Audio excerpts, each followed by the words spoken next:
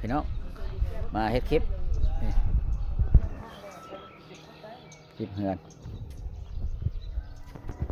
บ่มีแนวลงคลิปพี่น้องเอ้ยลงบ้านๆเฮานี่ล่ะเห็นก็กดไลค์กดแชร์ให้เด้อพี่น้องเด้อเฮาก็อยากมีตัวตนอยู่ในโลกโซเชียลคือกันนี่แหละเนาะขี้ร้ายงามก็กดให้เดียวพี่น้องอย่าไปซีเรียสเนาะเฮานี่ก็กดทุกคนบ่ว่าคนไทยบ่ว่าคนไทยบ่ว่าผู้ถ้อยผู้บ่ถ้อยกดหมดพี่น้องเนาะเพื่อเฮาก็อยากพ้นไปจากวิกฤตการรับจ้างทำงานอยากมาเป็นโลกโซเชียลนะพี่น้องเนาะก็อยากง่ายๆหาเงินง่าย